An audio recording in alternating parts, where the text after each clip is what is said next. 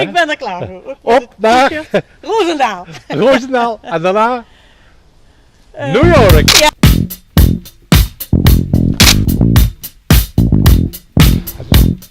I'm crazy. Het is vandaag 25 juni 2017 en het belooft een bijzondere dag te worden. Een bijzondere dag voor Renata Girardia, omdat zij vandaag voor het eerst in haar leven een halve marathon zal lopen. De marathon van Roosendaal.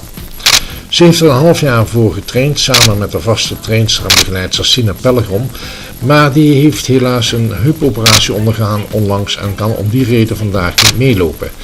Ik zal dat wel doen met haar, maar ik doe dat vooral als voorbereiding met haar op de grootste uitdaging van haar leven. Dat is het rennen van de marathon van New York, verderop in het jaar in november 2017.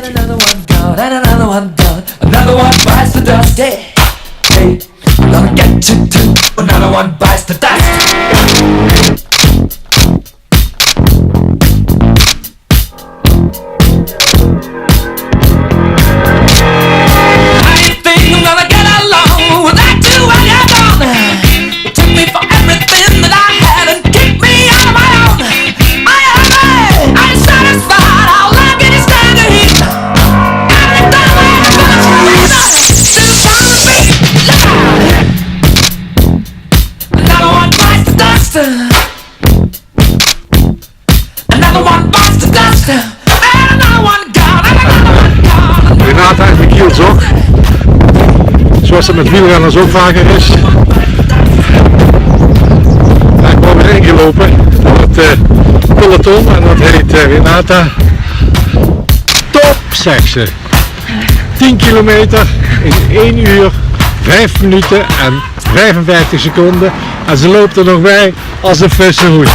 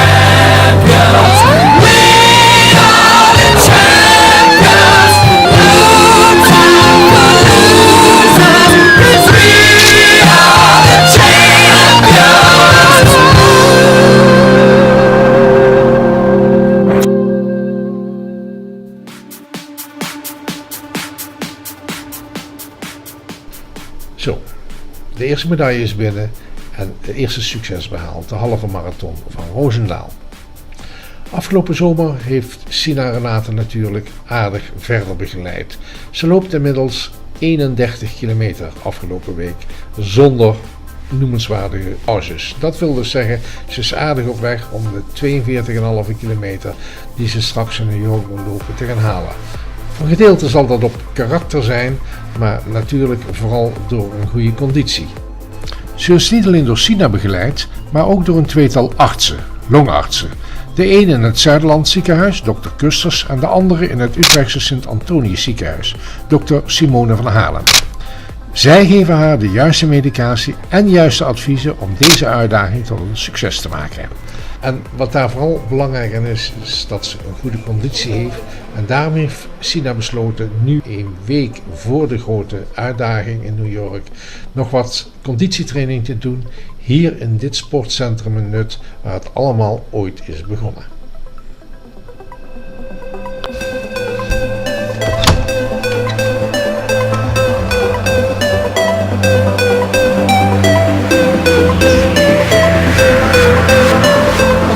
Sina. Dag Renata.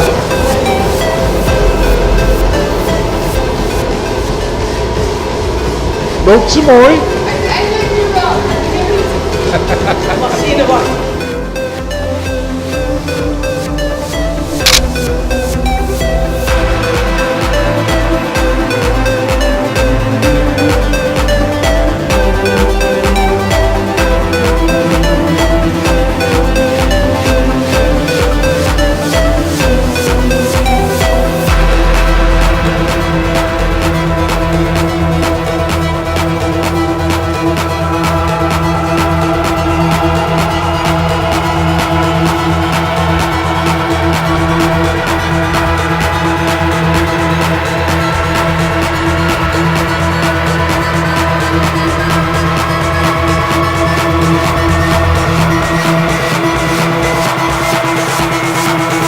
Definition of sound.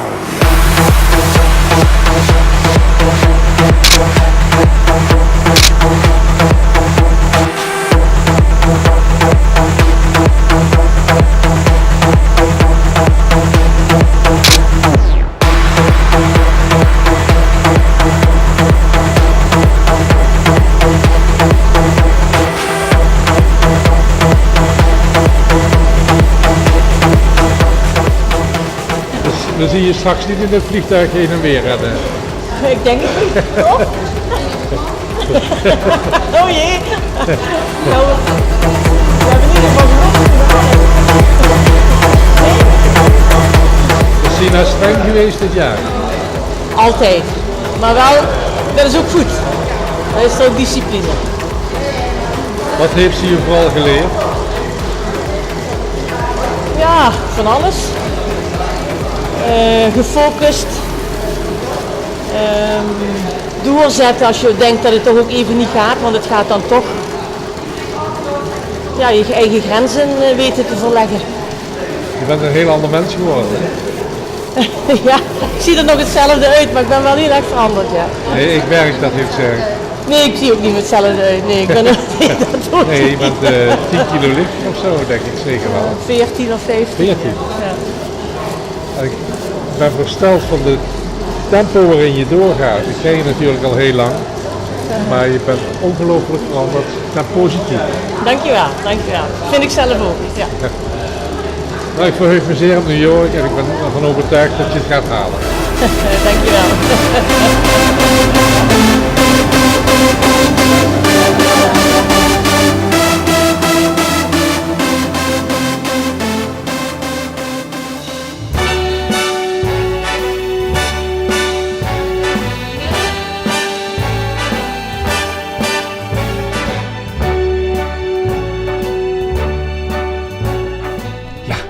Eindelijk is het dan zover. Ja, eindelijk.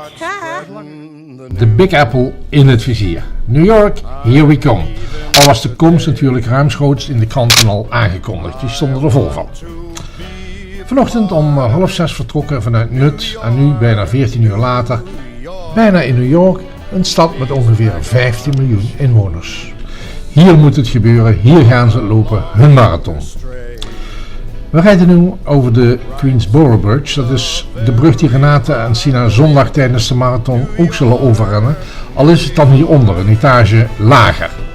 Deze brug verbindt de New Yorkse wijk Queens met het hart van het overweldigendste staddeel van New York, Manhattan. Als ze hier aankomen, hebben ze vanaf Staten Island, waar ze gestart zijn, al ongeveer 25 kilometer gerend. Ze moeten meteen na de start de indrukwekkende Verrazano Bridge over naar Brooklyn, om dan via Williamsburg en Greenpoint de Pulaski-brug te passeren naar stadsdeel Queens. In old New York, if I can make it there, I'll make it anywhere, it's up to you, Zo, New York. New York. Dus even inchecken in het hotel en de stad in. Sina is nog nooit in New York geweest, Renate heeft er 4 jaar gewoond, dus zij weet wel waar te gaan. Het is november, dus de kerstverlichting brandt al volop, de ijsbanen zijn geopend en Sina geniet met grote teugen van hetgeen je ziet, zoals het Empire State Building en daar vlakbij het beroemde Chrysler Building, dat overigens vlakbij ons hotel is gelegen. Ons hotel, het Barclay Intercontinental aan de 48e straat op de hoek van Park Avenue. Daar hoort natuurlijk ook een echte New Yorkse maaltijd bij, een diner, en dat doen we deze keer in de Oyster Bar, gelegen in Grand Central Station op de benedenetage. Heel beroemd bij iedereen die ooit in New York geweest is. Je moet eerst aan de bar zijn. Ja, Sina drinkt niet. En ik moet ook... Goed zo, dan gaan we maar kijken wat plekje zijn. Ja, we gaan lekker zitten. New York, dat kan niet. De Oyster Bar. Kan niet. Onder Grand Central Station. Echt geweldig. Dat zal Het is echt heel authentiek. Er zullen er heel wat jaloers op je zijn dat jij hier op dag 1 al gezeten hebt. It's up to you, New York, New York, New York.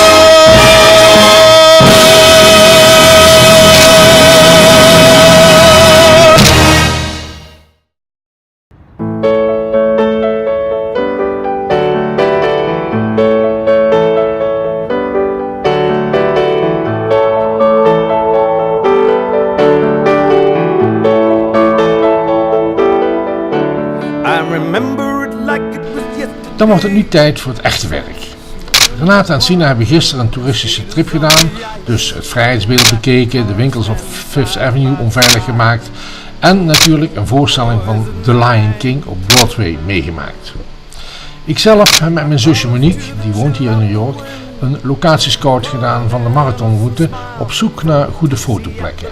Je moet je voorstellen, New York is groot en de route van de marathon lang, dus het is een behoorlijke puzzel om het vervoer tijdens die marathon te plannen om zo snel mogelijk van het ene naar het andere punt te komen. Dat is geen sinecure in de wetenschap dat zo'n 2,5 miljoen mensen de ongeveer 60.000 deelnemers live willen volgen en dus van het openbaar vervoer, in dit geval de metro, gebruik zullen maken. New York City, I wouldn't have you, I wouldn't have you any other way.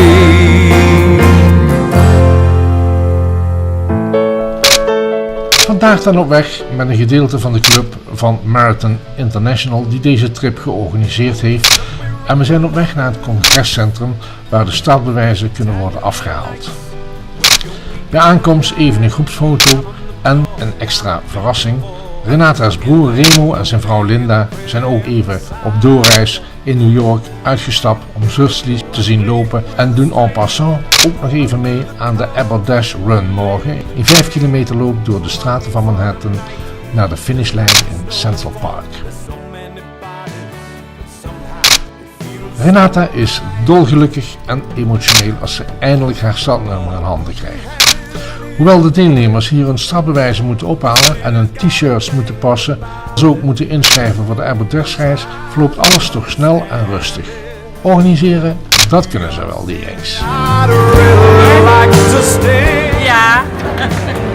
Wat voel je nu? Emotie. Wat zeg je? Emotie.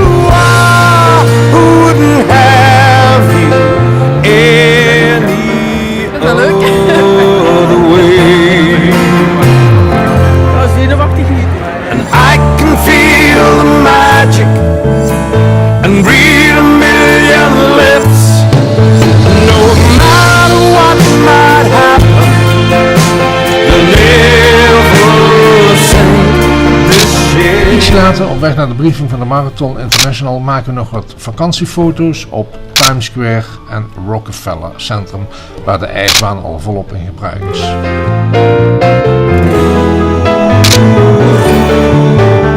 Tegen 5:00 is het dan verzamelen in Central Park bij de finishlijn om mee te lopen in de landenpresentatie waarvoor Sina en Renata zijn geselecteerd.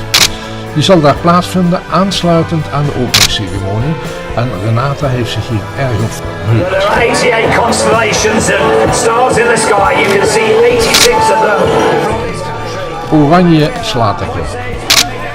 Het is een kleurrijke stoet waarbij folkloristische klederdrachten van over de hele wereld hoogtij vieren. Die groep voorafgaand aan de Nederlandse zijn de Mexicanen. En ik moet je zeggen, die kunnen er wat van.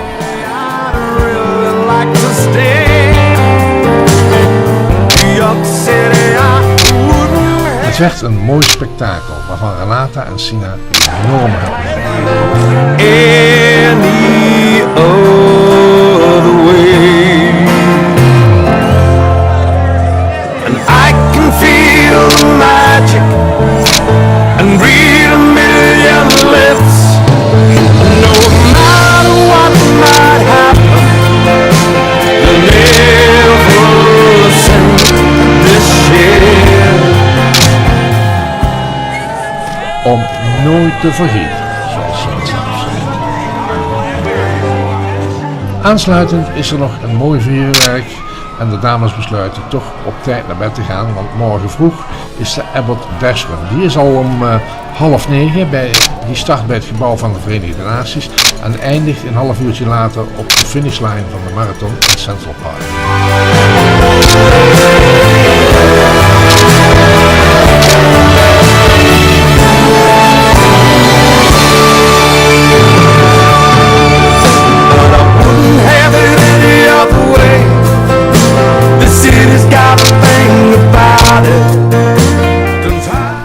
Het was in ieder geval een mooi voorproefje voor de 10.000 deelnemers aan deze Abbott Dash Race.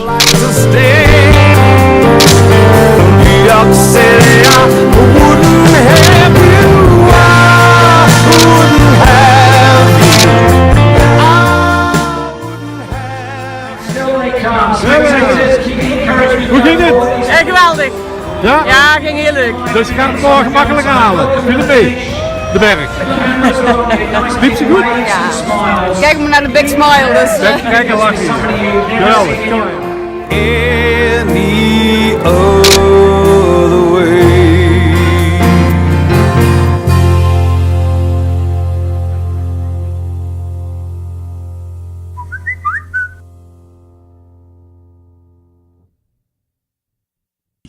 Vandaag is het zover, 5 november 2017, de New York Marathon.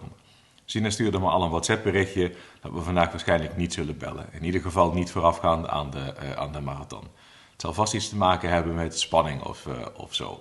Ik weet in ieder geval dat jullie ook heel vroeg op moeten. Nou ja, omdat we elkaar even niet kunnen bellen, spreek ik dit videoberichtje in om jullie toch een hart onder de riem te steken en heel veel succes toe te wensen. Vandaag is het al zover. De grote dag is daar. Het is de dag waar het allemaal om te doen is geweest. Hier kan Renate laten zien en bewijzen hoe je van een chronisch astmapatiënt, die 1,5 jaar geleden nog een 100 meter kon rennen, een marathonrenner wordt. Het is ook een grote dag voor Sina, want zij heeft Renate met ijzeren hand begeleid en getraind voor deze immense klus. Maar liefst 42 kilometer en 195 meter krijgen de meisjes voor de voeten. Een afstand die ze beiden nog nooit in 1 keer gerend hebben. En ook nog eens een keer, wat voor een parcours. Steile bruggen, veel hoogteverschil en veel vals plat. De grote dag, hè? morgen. Beetje kunnen slapen? Ik niet. Jij niet? Ik zag het. Je had de app al vroeg al door.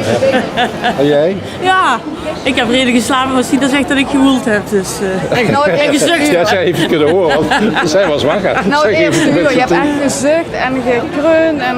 Ik denk dat ik bezig was met de marathon. Dat zou heel goed gedaan. Maar ik heb de haren niet gekant. Valt niet op bij jou, hè? Goedemorgen. Goedemorgen. Ja, ook goedemorgen. Zo te horen hebben Renate en Sina van de zenuwen slecht geslapen. Het is ook 5:30 in de ochtend, dus vroeg als ze tussen vertrekken bij het hotel richting startpunt op Staten Island.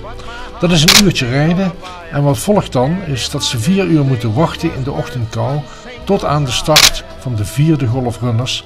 En dat is de golf waarbij Renate en Sina zijn ingedeeld. Hun starttijd is 10:40. Inmiddels heb ik mijn voorzorgen genomen en ben ik met zuslief Monique op weg met de metro naar de eerste ontmoetingsplaats, gelegen vlak na de start en achter de Verrazano Bridge. Ik heb met Sina en Renate afgesproken dat ik links van de weg boven de menigte zal uitsteken en dat ik voor deze gelegenheid een klein laddertje heb aangeschaft. Dat is handig en dat is ook makkelijk voor andere doeleinden. In eerste instantie ben ik in New York om te fotograferen, maar ik heb voor de aardigheid bovenop mijn fotocamera een kleine videocamera gemonteerd, zodat ik ook wat bewegingbeeld kan maken van de prestaties van de dames. Aangezien er op het punt waar ik sta de diverse startgroepen zouden moeten samenkomen, blijkt er toch nog een wijziging in de route te zijn aangebracht. Dus zie ik wel de wereldberoemde professionals langsrennen, maar niet Sina en Renata. Maar dat komt gelukkig goed, een half uurtje later als ze weer Barclays Center passeren. Ze hebben dan al 12 kilometer gerend.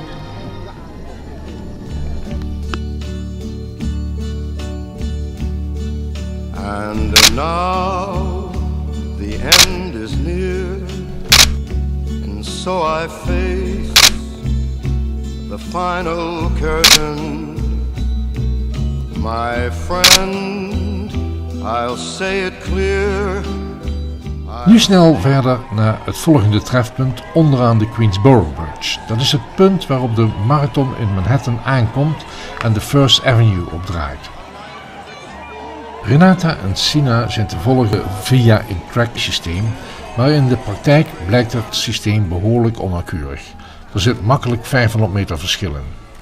Dat is wel lastig als je maar 2 deelnemers eruit moet pikken uit die eindeloze aanvoer van runners. Gelukkig let Sina goed op en spot mij een grijze krullenbol betijds hoog op mijn trapje boven het voetvolk uit.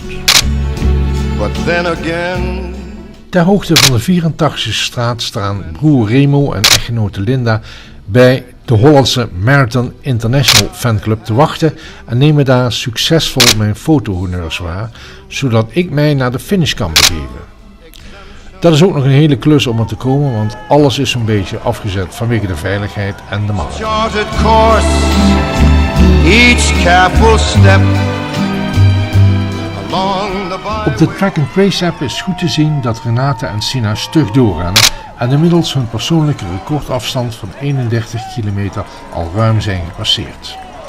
Dus dat finishen, dat moet lukken, want vanaf nu is het parcours bergafwaarts dwars door Central Park. Er komt nog wel een gemeen stukje aan het einde van Fifth Avenue, als de stoet richting Columbus Circle draait, maar dan doet de adrenaline waarschijnlijk haar werk. When there was doubt, Ik heb mij inmiddels naar de finish gevochten en er blijkt dat het nog een hele klus is om überhaupt een fatsoenlijk beeld te kunnen maken. Namelijk die hele finishlijn die wordt in beslag genomen door fotografen van de marathonorganisatie die iedere deelnemer willen vastleggen. Die hebben daar blijkbaar een contract en die dulden geen andere fotografen in hun schootsveld. Uiteraard rekenen ze buiten de waard en doet het laddertje weer op een moment suprême zijn werk. Ik spring gewoon over de barricade heen op het moment dat Renate en Sina gaan finishen. Dat moment laat ik me natuurlijk niet ontnemen. Daar ben ik per slot van rekening voor gekomen. Emotioneel en uitgeput, maar o zo gelukkig komen ze samen over de streep. De beelden vertellen het verhaal. Geweldig! Geweldig! Je deed het! Godverdorie! Gefeliciteerd!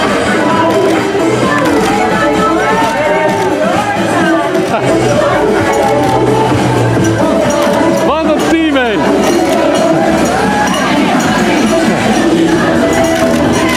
En je hebt gelopen de laatste meter, dat heb je vroeg. Ja. Sorry.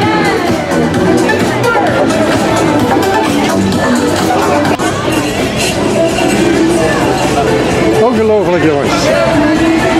Maar een foto als ze de medaille omkrijgen. Ja, ja, daarom denk je. Ik heb ook een marathon gelopen.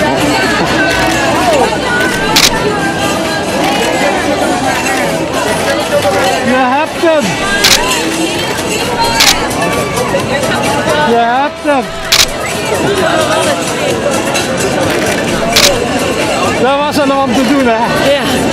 Nee. Het is wel een bekroning. Wat zeg je? Het is een bekroning, maar dat... Oh, geweldig. Gefeliciteerd, mensen. Ik heb er geen andere woorden voor.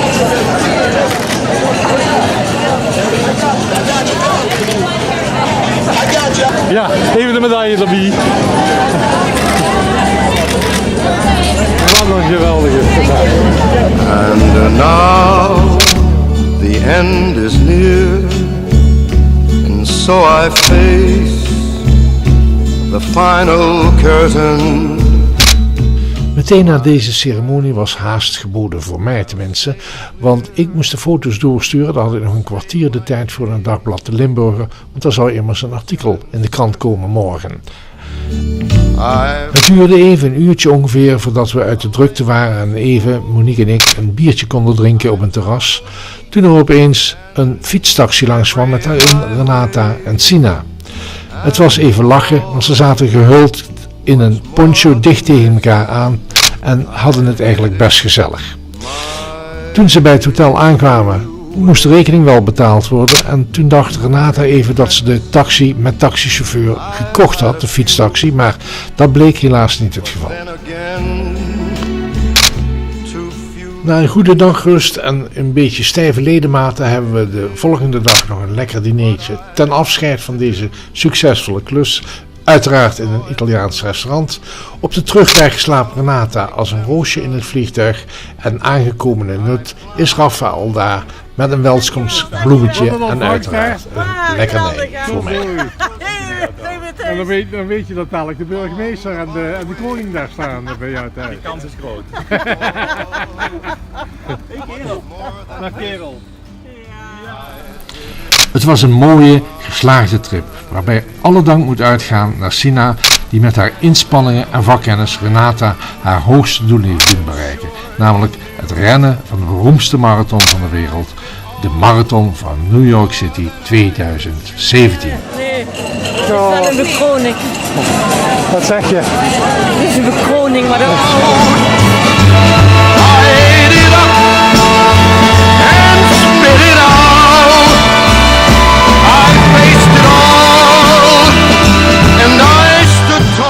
Yes, she did. And did it my way. I've loved, I've laughed and cried, I've had my fill, my share of losing, and now as tears subside, I find it all